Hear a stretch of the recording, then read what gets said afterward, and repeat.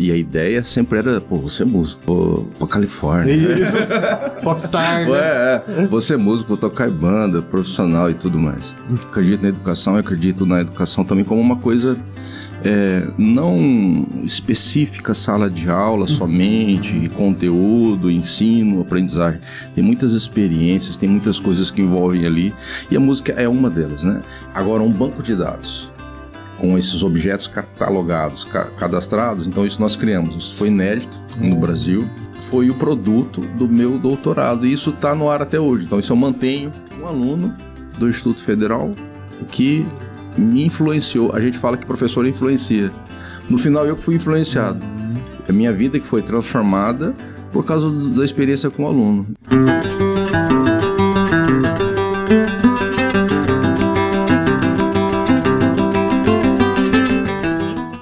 Muito bem, estamos aqui começando mais um Shift Educação aqui, hoje recebendo com muita honra aqui, muito obrigado, professor Ricardo Nascimento. Poxa, a gente se sente lisonjeado aqui, né, João? Eu que tô. Para começar, Ricardo, a gente sempre faz aqui a nossa bio do Shift. O que é a bio do Shift? É você explicando quem você é um pouquinho e tal, trocando ideia, então a sua câmera é essa. Isso aí. Eu tenho que ficar olhando pra ela, não? Não, só pra se apresentar. Só pra saber que ela tá lá. Isso, só pra se apresentar, então fica à vontade, meu amigo. E aí, gente, tudo bem? Só justificando a voz, que eu tô um pouco rouco hoje. É que a gente tava num show, e aí deu uma empolgada. Eu tava com meu filho lá, a gente empolgou, mas não pensei, né? Pô, vou chegar rouco. Eu sou Ricardo, professor do Instituto Federal Dourados. Eu sou da área de informática, desenvolvimento, né? Então eu sou formado em ciência da computação. Aí eu fiz a minha especialização em melhoria de processo de software. E aí entrei no Instituto Federal como professor especialista. E aí no Instituto Federal as coisas foram acontecendo de maneira que eu fiz a minha pós-graduação toda na área de educação. Então eu sou mestre em educação e doutor em educação na UFGD, e o que me levou a mudar, não falo mudar de área, porque a gente não muda de área, né? A entrar em mais uma área na minha pós-graduação foi a minha experiência no Instituto Federal, né? Que aí fui para essa área da pós-graduação em educação. Show, Ricardo. Então, assim, você tava no Paralamas ontem, eu ia pedir pra você cantar uma música aí, mas acho que você já tá dando desculpa. Deixa eu falar. Paralamas eu entendo pouco. Entende. Deixa eu te falar. Como que começou esse seu processo de educação, onde você nasceu, onde você começou a estudar? Conta um pouquinho desse processo inicial aí pra gente saber um pouquinho. É até bacana falar de Paralamas, porque quando eu era adolescente, né, jovem, eu tava aquela dúvida, pô, vou ser músico, né? E a ideia sempre era, pô, vou ser músico. Eu vou pra Califórnia. Isso. Popstar, né? Vou ser músico, vou tocar em banda, profissional e tudo mais. Então não tinha essa coisa de ser professor. Não era. Então eu sou filho de professores, meu pai e minha mãe, neto de professor. Mas não tinha essa coisa, não era uma coisa natural caminhar para essa parte da educação. Entendi. O natural para mim era a música. Era música, Legal. Então a música desde sempre. Vivi disso um tempo, né? Sério? Então, vivi disso assim, professor de escola. Sim, Antigamente tinha muita escola de música, aí eu dei aula quase todas as escolas aqui que legal. Aqui da cidade. E eu fui músico também da Banda Municipal de Dourados, instrumento de sopro. E aí a ideia era essa, mas assim, o que aconteceu? Eu tava ali na música, mas também, vou fazer uma faculdade também. Mas antes de... Aí comecei a fazer a faculdade, fiz um ano de faculdade e ainda tava aquela coisa, mas eu sou músico, eu tô aqui, e a faculdade foi ciência da computação, tá? Tinha essa coisa também, eu mexer com o computador, não entendia muito o que era. Mas aí eu falei, vou tentar. O que eu fiz para tentar ser músico? Eu fui para Curitiba. Em Curitiba tem um conservatório muito conceituado, né? E aí eu vou lá sozinho, entrei lá. E aí eu não consegui entrar no conservatório. E quando eu não consegui entrar no conservatório, também já estava em Curitiba, que eu fiz cursos, né, na área de informática também. E a parte de informática foi desenvolvendo, e a minha primeira experiência como professor foi como professor de informática. Já com um ano de faculdade, tranquei, fiz uns cursos de informática em Curitiba, e depois de um ano fazendo cursos lá, voltei para Dourados, e já voltei trabalhando como professor de informática. E aí estava nas escolas e tal, e sempre continuando com música, tocando com os amigos, tocando na igreja, né? Então a música, e esse foi um processo de eu entender que a música sempre ia estar presente, mas não como profissão, né? Independente de onde você estiver. Independente de onde eu estiver, e nunca saiu, né? Onde eu tô. Não tem jeito. Esteja eu fazendo o que eu estiver fazendo, eu dou um jeito ali de encaixar a música. Então hoje no Instituto Federal tinha um sonho ali de fazer uma sala de artes, a gente está tentando mobilizar os alunos para fazer, e aí eu fico ali no meu trabalho burocrático com a cabeça, mas podia... música. Mas eu podia estar lá tocando com os meninos. Então é uma coisa que a gente leva sempre porque a gente acredita, né? Acredito na educação, acredito na educação também como uma coisa não específica, sala de aula somente, conteúdo, ensino, aprendizagem. Tem muitas experiências, tem muitas coisas que envolvem ali, e a música é uma delas, né? Então é isso. Mas a sua pergunta, assim, o que levou, né, para a educação? Então foi esse processo. E aí, a primeira experiência foi essa, como professor ali dos cursinhos de informática. Terminei minha faculdade. Mas ali antes de você entrar na faculdade de Ciências da Computação, você fez pela UFMS, né? Então, eu fiz um ano na Unigran. É porque, não parece, mas eu sou velho. Tu parece. Então...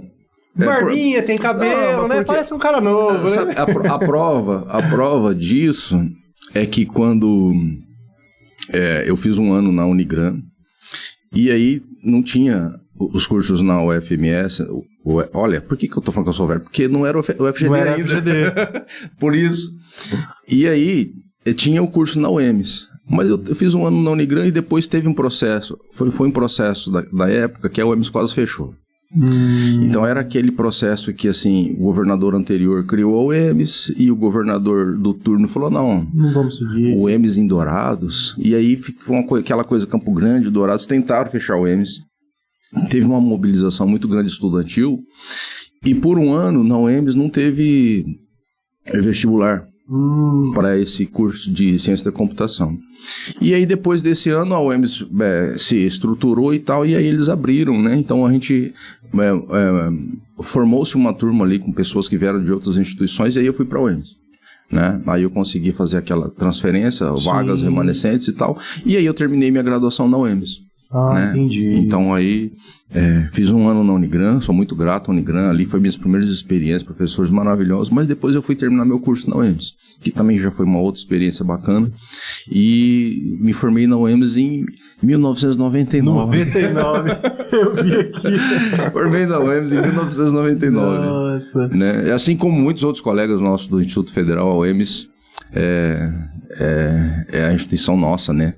Do Estado, e formou grande parte dos nossos servidores ali, nossos colegas. E depois que você saiu da faculdade, você se sentiu realizado? Saí da faculdade e aí eu fui trabalhar, fui trabalhar assim, já trabalhava, comecei a desenvolver os primeiros softwares, né? Então, ciência da computação, e essa experiência em Curitiba me levou a pegar um conhecimento bacana de desenvolvimento de software, e comecei a ter os primeiros clientes aqui em Dourados mesmo, e fiz uns sistemas para umas empresas de São Paulo. Esse sistema meio que viralizou no Brasil, e tive até que traduzir ele para espanhol, que eu dei suporte para ele também em Assunção. Fiz várias viagens para lá, então tava legal, tava bacana, mas assim, foram um tempo. E aí, eu fui trabalhar na Prefeitura de Dourados, né? Então, lá no primeiro mandato, prefeito Tetila, eu fui coordenador de informática, e a gente fez esse trabalho na prefeitura de as primeiras fibras óticas, redes de computadores e softwares. Então, tinha essa experiência na Prefeitura de Dourados. E, junto com essa experiência na Prefeitura de Dourados, eu fui ser professor temporário na UFMS, ainda na transição. Eu tenho lá meu molerite velhinho lá, professor da UFMS e depois professor da UFGD, porque foi esse processo de troca, de transformação. Então, não estava pensando nisso, mas levou, tá precisando de professor, fui lá, fiz o processo de seleção e tive já a experiência como professor universitário nessa instituição, foi muito bacana. Então, sempre a educação vindo em paralelo, né, indo em paralelo. Aí foi esse período de professor, e aí tive outras experiências profissionais, aí eu fui para Campo Grande, trabalhei lá como diretor de comercial de uma empresa de software, viajava todo o estado. Depois eu fui para Florianópolis, fiquei 3 meses lá e voltei para o Mato Grosso do Sul como funcionário ainda dessa empresa de Florianópolis, que trabalha no home office. Então eu já trabalhava home office antes de se falar muito nisso. Então não tinha tanta estrutura de internet, mas a gente já se virava, né? Então aí eu trabalhava bastante home office, desenvolvendo projetos de uma tecnologia, né, que chama BI, Business Intelligence, para empresas, trabalhar com banco de dados, desenvolvimento de painéis. E aí, essa vida de consultor, também viajava muito pelo Brasil todo. E eu já tinha meus filhos, crianças, né? E aí eu estava muito viajando demais e sentindo, né? A criança falta, pequena, né? Vai crescendo, você vai perdendo aqueles momentos ali. E foi quando a minha esposa falou, inscrevi você num concurso. Que concurso de quê? Porque o meu acordo com ela era assim, ela estava lá, ela já tinha passado o concurso do FGD, professora do FGD, então fica você no setor público e deixa eu quieto aqui no setor privado. Era o nosso acordo, então vamos levar assim a estabilidade e a tal. Sim. Aí ela falou, inscrevi você tinha esse acordo, mas eu inscrevi você no concurso do quê? Instituto Federal. O que é isso? Eu não sabia o que é. Acho que quase ninguém sabia, né? Não, acho que todo mundo que eu converso, ninguém sabia. Quase ninguém sabia que isso. Lembra que tem o Cefet, conheci o Cefet em Curitiba e tal. Lembra? Então, aí entendi o que era a Rede Federal de Educação. Eu falei, bacana, né? Tá bom, você tá pedindo, vou fazer. Mas eu ainda estava nessa coisa de ser consultor, e era muito bacana, porque a gente entrava em grandes empresas, viajava bastante, então, mas essa questão familiar pesou bastante, de estar longe dos meus filhos. Longe assim, ficava só fim de semana em casa, né? Ia a semana toda fora. E aí estava pesado para ela também, levar a família sozinha. Aí fiz o concurso, Ponta Porã, que não tinha, ainda em Dourados. Demorou um tempo para eu ser chamado, passei dentro do concurso, fiquei muito feliz, demorei um tempo para ser chamado. E nesse tempo que eu demorei para ser chamado, eu passei a querer muito. Eu fiz assim para atender ela, mas durante esse processo, e aí eu fui pesquisando o que era o IF e tal, aí eu comecei a querer muito e teve essa virada de chave na minha cabeça, né? De ser um desenvolvedor, um consultor para ser um professor. Eu já tinha tido essas experiências como professor e tinha sido muito bacana. Nesse momento é que quando eu vou assumir um concurso, é para a vida toda. Sim. E aí eu fiz essa mudança. Então meu lance é ser professor. Tive a experiência como gestor de empresa privada, de desenvolvedor, de consultor, mas o futuro passou a ser professor. Claro. Né? E aí foi. Aí entrei no IF, Ponta Porã, e aí mestrado, doutorado. Ô Ricardo, então assim, fez essa transição da iniciativa privada para o ensino público, e ali em 2012, mais ou menos, você entrou no Instituto Federal em Ponta Porã. Junho de 2012. Como é que foi sair de uma gestão de pessoas na iniciativa privada, de equipamentos, bastante equipamentos, bastante projetos, só para mexer com a gurizada agora? É diferente, né? Diferente pra caramba. Bem diferente. E eu fui para Ponta Porã ainda numa sede provisória, né? Então funcionava lá na universidade. E a primeira experiência com o ensino médio, eu já tinha tido experiência como professor do ensino superior. E aí comecei a me adaptar, a trabalhar com a gurizada. Mas o que impactou nesse primeiro momento, lá no Instituto Federal, não foi assim, ensinar. Porque a gente tinha conhecimento técnico. Não total, né? Porque a informática, assim, eu trabalho com algumas linguagens, mas aí eu vou pro Instituto Federal, que trabalha com umas outras linguagens de programação. Mas é tranquilo, a gente estuda, se adapta e faz plano de aula, isso não era o problema. O problema foi o seguinte, quando eu cheguei lá, tinha um estudante cego, lá em Ponta Porã. E aí eu cheguei lá, eu falei, tá aqui, esse rapaz aqui é estudante do Instituto Federal, que curso que ele faz? Técnico em informática. Pô, vou dar aula pra ele, vai dar aula pra ele. Aí eu buguei. Nossa. Aí eu buguei, porque, vem cá, a minha disciplina era programação visual. Então, programação visual, você usa lá um software, um IDE, que a gente chama, e você desenha o software. Então, a programação desenhada. Então, como é que você faz um botão na tela? Você pega o mouse e desenha um botão. Você clica no botão e coloca as propriedades dele. Hoje a gente trabalha aqui no IF Dourados com uma outra tecnologia. Então a gente não tem bastante desenho, mas não para desenhar a tela. A tela nossa é escrita, né? Através de código. Mas lá a gente era uma programação que desenha. Aí eu buguei. Falei, não, mas peraí, tem alguma coisa errada. Ou eu sou muito ignorante. E realmente era. Nesse aspecto, tive que admitir. Sabe quando você, poxa, derrola para o superior, Sim. Sou um profissional já, consultor. Claro, já tem um gabarito na iniciativa privada. Aí eu chego ali e toda aquela segurança caiu por terra. Aí agora? Aí, poxa, vamos estudar, né? Eu achava que ia ser molezinha. Não, mas eu levei muito a sério isso. Eu falei, agora eu quero aprender. Como é que um cego usa computador? E aí eu comecei a estudar. Achei aqui na UFGD uma professora Marilda Bruno, que ela participava do núcleo de... o núcleo de tecnologia assistiva, né? Acessibilidade, núcleo de acessibilidade. Não era esse termo ainda, tecnologia assistiva. Núcleo de acessibilidade da UFGD.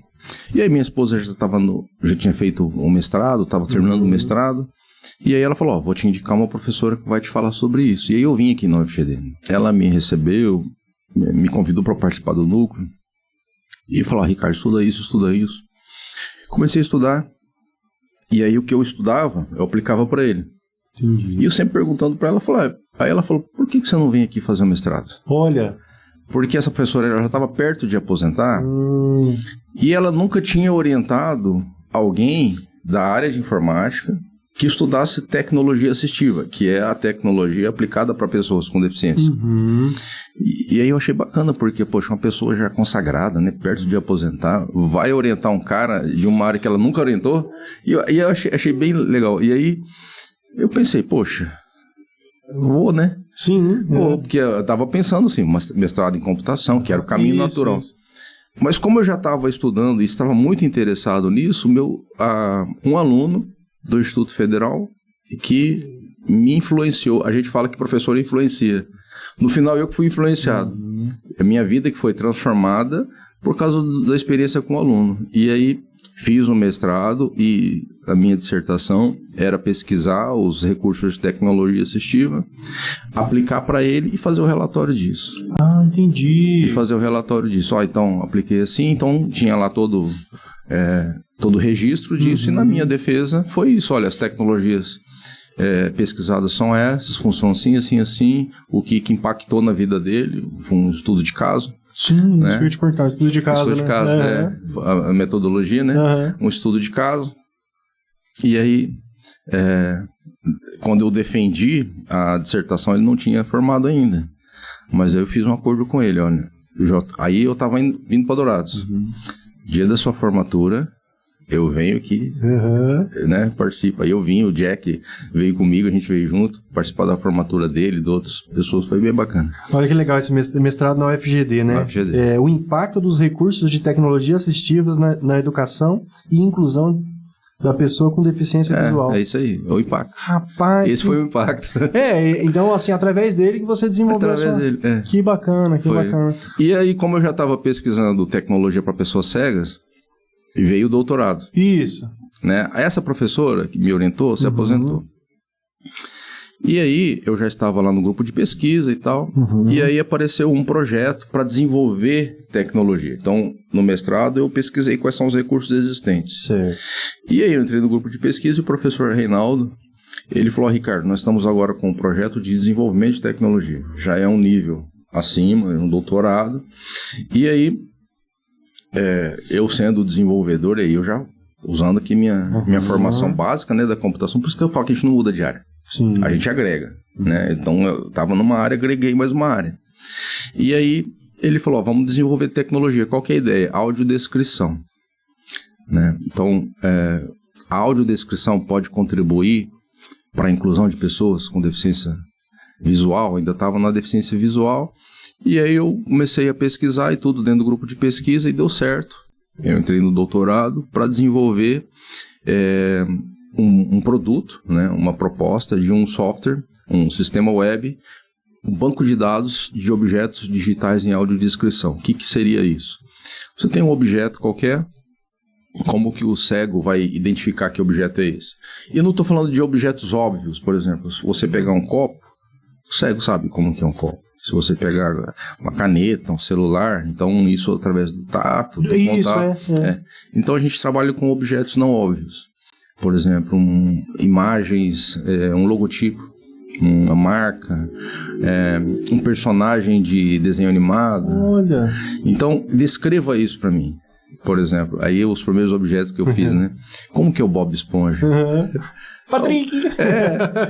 Então, uma criança cega que tá ali, escuta o Bob Esponja, só ouvindo, sabe, que é calça quadrada, né? Então, começa a ter uma...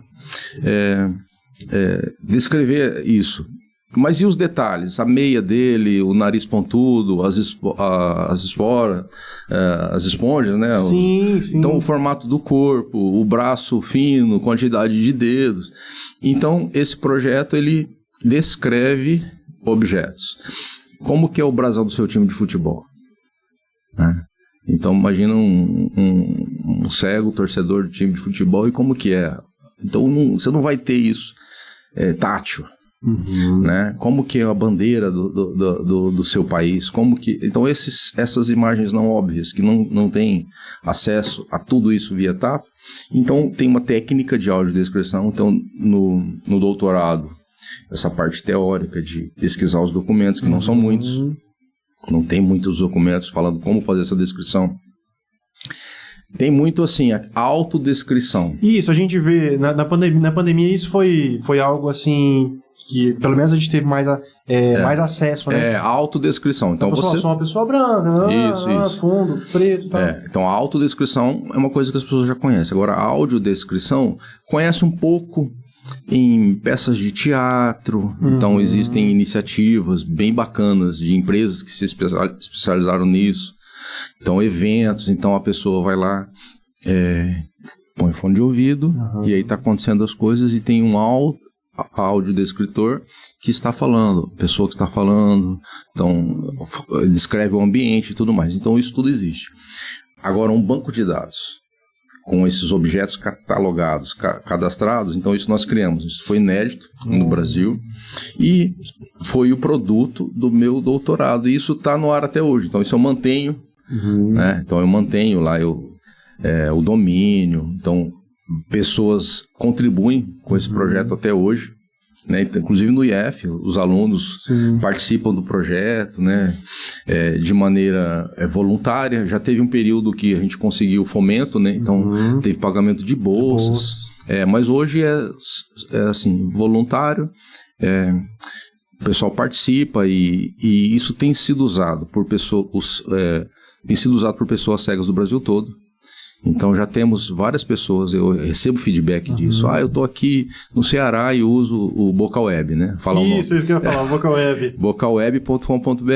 Vamos deixar na descrição aqui para o pessoal conhecer, que é interessante. Então eu recebo alguns feedbacks, eu uso o Bocalweb, tanto por pessoas cegas quanto por pesquisadores de várias instituições. Tem usado o Bocalweb, então ele tem sido citado em trabalhos acadêmicos. Então, eu não fiz todas as publicações que deveria fazer, porque a rotina do trabalho entrou, e então eu fui relapso nesse sentido, de precisava publicar mais a respeito do Bocalweb, mas ainda vou pegar isso para resolver. Mas existem algumas publicações, a própria tese, né? Sim.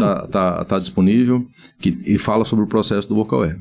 Então, o Bocalweb é o produto do meu doutorado e vou levar ele até onde ele for relevante. Quando é que ele vai deixar de ser relevante? Inteligência artificial. A inteligência artificial vai chegar num ponto que ainda não vai suprir. Entendi. Eu tenho plena consciência disso. Entendi. Então, o Bocalweb ele é útil, está sendo útil, mas a tendência é que ele fique obsoleto. Olha só. Porque... Mas ainda vai faltar um toque humano, você acha? Por isso que não tá ainda. Entendi. Por isso que não tá ainda. Eu monitoro isso. Uhum. Então eu faço alguns testes, mas a inteligência artificial, ela vai suprir. Então hoje você precisa de um ser humano para pegar um objeto, fazer o upload da imagem, né? Mas não é cego? É cego, mas tem que estar lá a imagem para até saber o que está sendo descrito. E pesquisadores, também pessoas que enxergam, também têm que ter acesso a qual imagem de base. Faz o upload da imagem, faz o upload do texto descritivo e faz o upload do áudio, da audiodescrição. E essa audiodescrição, que já poderia ser feito por um leitor de texto robótico, não, no Vocal Web é voz humana. Ainda é voz humana porque, assim, a voz humana, por que você não usa só um sintético? Porque a voz humana é acolhedora. Ela estabelece uma conexão entre quem está fazendo e a pessoa que está recebendo. Então, por isso que você vai ver lá a voz de tudo que é gente, de adolescente, de pessoas mais velhas, meninos, meninas, tem tudo que é tipo de voz. Né? Então, ainda é a voz humana. Mas a inteligência artificial vai chegar e tudo bem. Eu não preciso ficar com isso para sempre. Ele precisa existir até quando ele for relevante. Quando ele não for mais relevante, isso é natural, é uma evolução.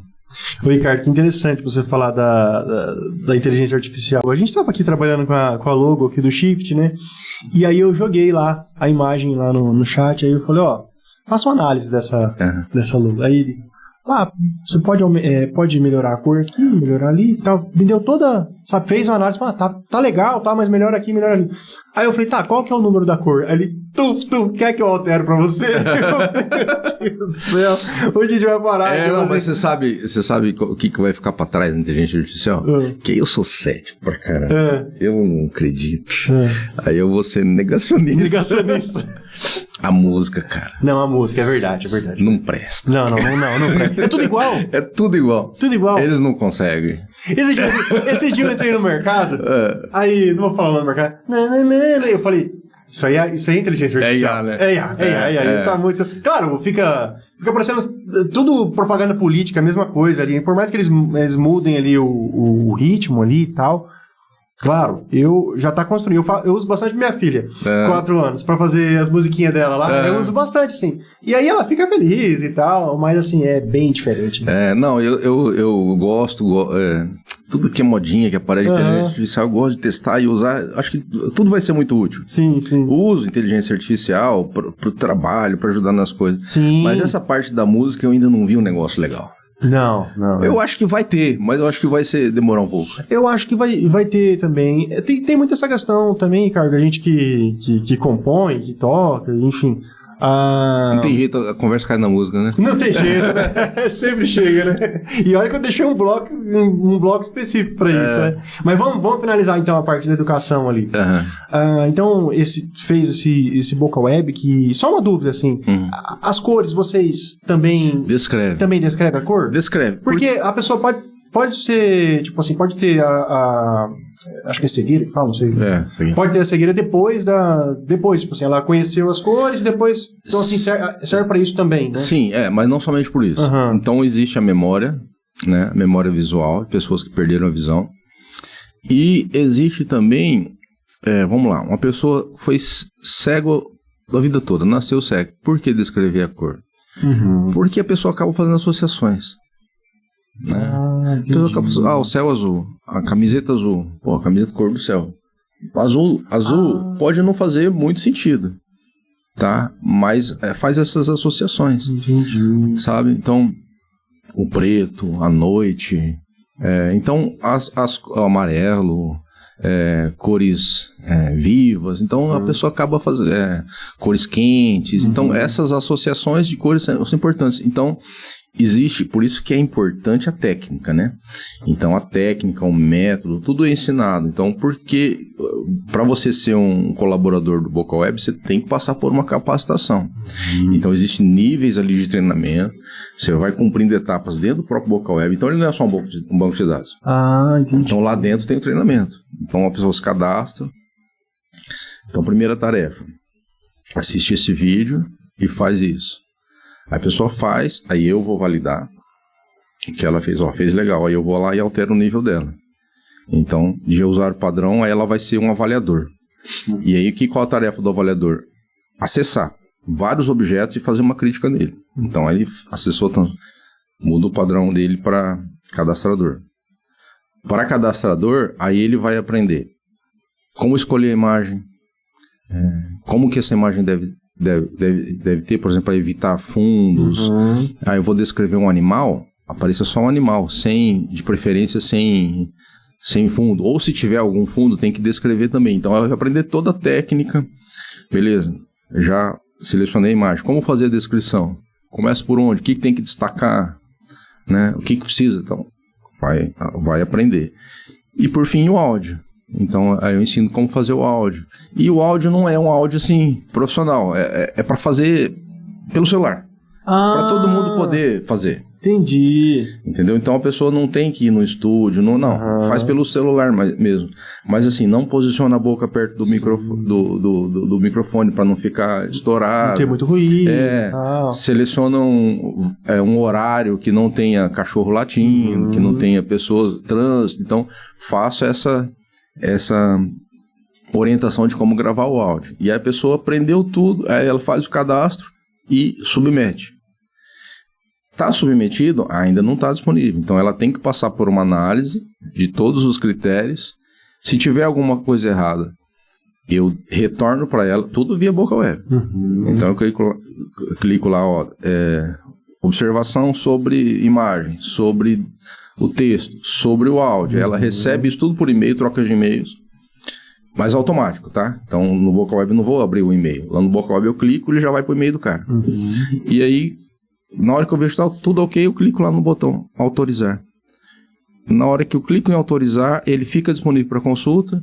E o bacana é que fica com crédito para a pessoa, desenvolvido pelo fulano de tal. Que legal. Foi até bacana que teve um exemplo de uma coisa legal que aconteceu. Uma escola de São Paulo. O professor lá descobriu o boca web. Posso colocar meus alunos? Pode. E aí foi trabalho do bimestre.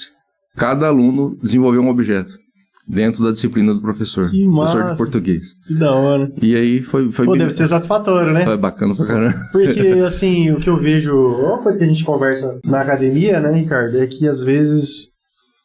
Muitas vezes, né? As pesquisas acadêmicas, elas não têm muito... Assim...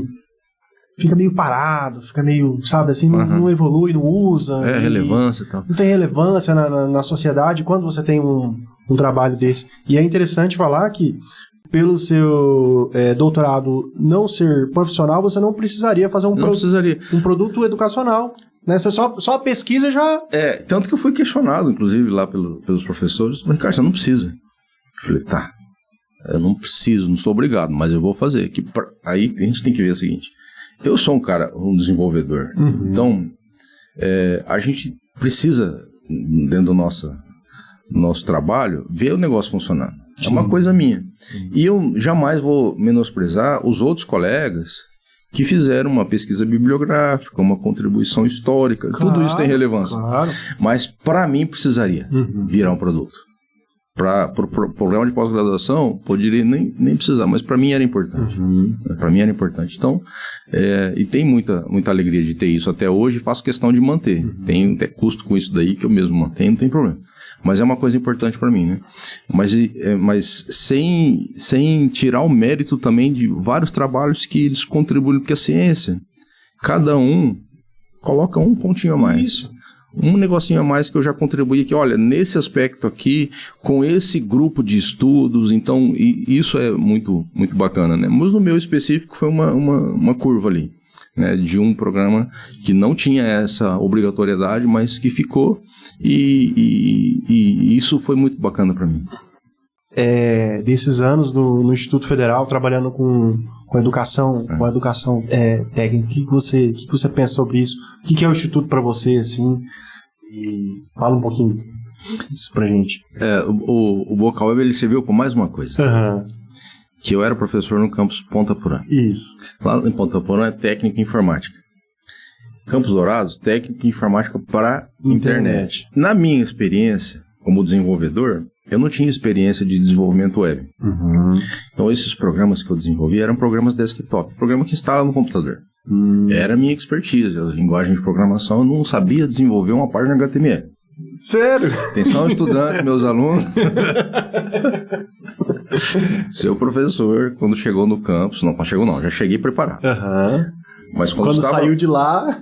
Quando eu estava no processo de sair de lá, não sabia fazer uma página HTML. Mas eu sabia programar em linguagem de programação desktop. Então o Boca Web serviu para isso. Sendo um sistema web, tive que aprender tudo, do zero. Então a lógica de programação eu tinha. Agora, trabalhar com HTML, CSS, JavaScript, banco de dados, então integrar tudo isso num sistema web foi uma escola de preparação para eu chegar no IFMS Dourados. Quando eu cheguei, eu já cheguei. Sim. Que estava no processo de desenvolvimento do Boca Web. Mas a pergunta foi sobre isso, né? Sobre Instituto Federal e... Isso, qual que é o seu balanço, assim, até aqui, sobre a educação profissional e tecnológica? Né? O balanço, voltando lá no começo do nosso bate-papo, é que eu tomei a decisão correta. Né? Então, naquela virada de chave, assim, de iniciativa privada, para a educação profissional tecnológica, foi que a decisão foi correta. E o que mais a gente... Todo dia, a gente tem a certeza que nós estamos no caminho certo, é o feedback das pessoas que já saíram. Né? Então, estava até conversando com o Jack, que é o nosso profissional lá, o professor de educação física, que está comigo desde Ponta Porã. A gente já se conheceu lá. Queremos você aqui, hein, Jack? Vamos trazer você aqui. E aí essa semana, conversando com ele, que era na correria de corredor, eu falei, Jack, você lembra daquela estudante, fulano, que passou por isso no Instituto Federal? Então, cara, encontrei com ela tá legal, tá na FGD, tá despontando lá, super elogiada. Aí, assim, esse bate-papo nosso, assim, que sempre tem, ou com ele ou com outros colegas, assim, né? E a gente vê onde nossos alunos estão, sabe, as posições que eles estão, os seres humanos que eles se tornam. Então, é muito recompensador. Com todo respeito, meus colegas da UFGD, da UEMS, não trocam a experiência aqui do IF pelo ensino superior. Já passei um pouquinho lá, até minha esposa trabalha, né? E ela fala a mesma coisa, eu quero ficar na UFGD, com todo respeito ao IF. Então... Cada um no seu quadrado. Cada um no seu... mas para mim é muito bacana, né? E agora, não deixo de dar aula, né? Eu dei uma aula essa semana e eu estou dando muito pouca aula, porque estou na gestão, né, do Instituto Federal como diretor, mas faço questão de manter ali alguma aula. E aí eu terminei de dar aula, eu subi, o Linso já esteve aqui, né? Já. Aí eu subi assim e comentei com o Linso, poxa, Linso, que legal que foi dar essa aula, eu queria dar mais. Queria dar mais aula. Ricardo, né? Porque não dá tempo, né? Sim, né? Mas assim, é uma coisa que você termina de dar uma aula, às vezes a aula flui bem, às vezes não é tão legal, mas assim, é muito recompensador. Então, essa profissão de ser professor é uma coisa assim, que em si já traz essa satisfação, né? De estar cumprindo essa missão aí. Então, é uma coisa que eu sei que virou a chave, eu já sei que é para sempre, né? Até aposentar aí, não sei quando. É que eu falei no começo que eu já sou velho, mas não tão velho para pensar ainda em aposentadoria, né? Tem muito chão. Ô Ricardo, hoje você está diretor do IFMS Campos Dourados e eu queria só dar meu depoimento, que você está fazendo um bom trabalho. Obrigado. Eu não é puxando saco, porque você é meu chefe, mas eu quero desejar sorte a você e dizer que acho que esse é o caminho, cara. Você é um cara que conversa, um cara que ouve, assim, né? Firme. Eu acho que nessa posição a gente tem que ser firme e passa a segurança pra gente, pros servidores ali, pros alunos. E tem uma atenção com os alunos também que é muito bacana. Então, gostaria de te agradecer mesmo a presença sua aqui nesse sabadão, depois de um show dos Paralamas. Até eu cheguei em casa quase 3 horas da manhã. Você falou pra ter que acordar. Não, mas não é problema. Acordei até mais cedo, né? Acordei até mais cedo. Mas me passou assim, tem amanhã. Amanhã tem que trocar uma ideia. A gente não O pior é meu filho que foi comigo e ele tinha aula cedo. Olha, foi na marra. Ele foi, falei, você coloca o negócio pra despertar ainda. Aí eu falei pra ele, não vai. Ele falou, não, papai, mas eu tenho que dar carona pra galera. Isso, aí tá na vez. Teve que, não, mas assim, por isso que a voz tá assim, né? Não, tranquilo. O show foi bacana. A gente vai marcar. Obrigado, Marlon. Vai marcar um dia pra você vir aqui cantar umas modas aqui. Nós dois cantos, traz um teclado, a gente faz alguma coisa junto aqui. Sério mesmo? Vamos fazer? Ó, não é pra cortar isso, Vitor. Deixa aí, negócio. Ele tá fazendo um compromisso de fazer um som comigo aqui. Eu vou fazer um som aqui. É porque esse cara é liso. Eu já chamei várias vezes lá no IF, ele não quer tocar. Não. Tem muita gente boa. Já chamei ele várias vezes lá, ele não quis. Agora tá gravado, o compromisso eu venho aqui não fazer um som. Fechou.